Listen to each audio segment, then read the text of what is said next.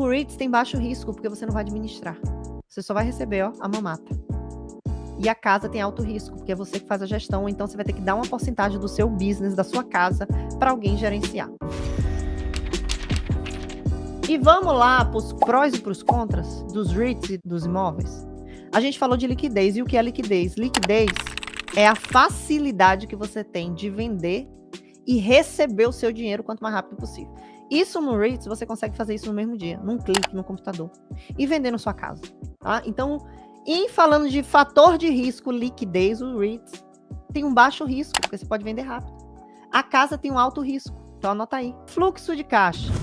O fluxo de caixa dos REITs é baixo risco, porque você também pode vender e recuperar o seu fluxo de caixa, o dinheiro que você investiu.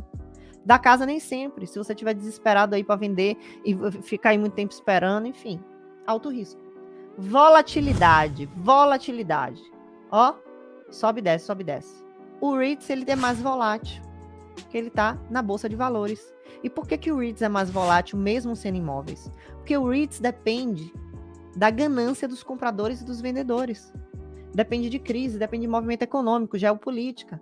Depende do governo aí tá derramando dinheiro na economia. Depende do governo de baixar ou subir a taxa de juros. E o REIT se movimenta mais rápido, porque são pessoas comprando e vendendo. Então, a volatilidade dos REITs são maiores do que você comprar uma casa. A casa não tem tanta volatilidade assim. Não tem um dia que a casa tá barata, um dia que a casa tá cara. Você fala, Verena, tá sim, porque antes do Covid tava mais barato e no Covid ela ficou cara. mas em quanto tempo? Qual a timeline? O REITs, ele muda de um dia para o outro, de uma hora para outra. Às vezes ele abre caro, fecha barato. Eu estou falando de liquidez diária, de volatilidade diária. O preço dos imóveis, não. Ele é mais estável, tá? Despesas. O REITs ganha dos imóveis, porque não tem despesa, baixíssima despesa.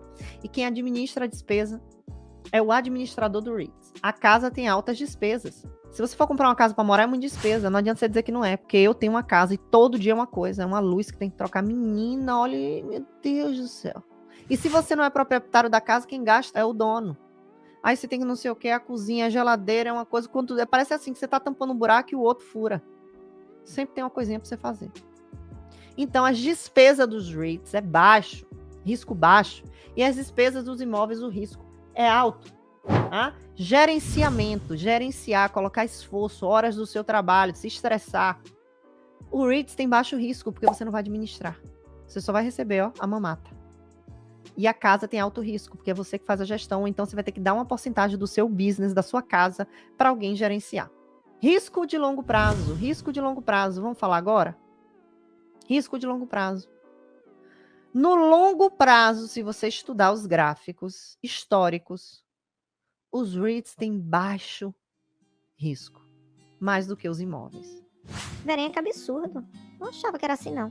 Só é você estudar, ler os relatórios das empresas e comparar com os imóveis. É assim que a gente faz no mercado financeiro. Eu sou uma pessoa extremamente pragmática. O que é uma pessoa ser pragmática? É uma pessoa que ela não escuta a emoção. Ela não escuta a fofoca do vizinho. Ela escuta os números. É aquela pessoa que ela não quer saber o que o seu vizinho está falando. Ela vai perguntar ao cientista, ela vai fazer pesquisa.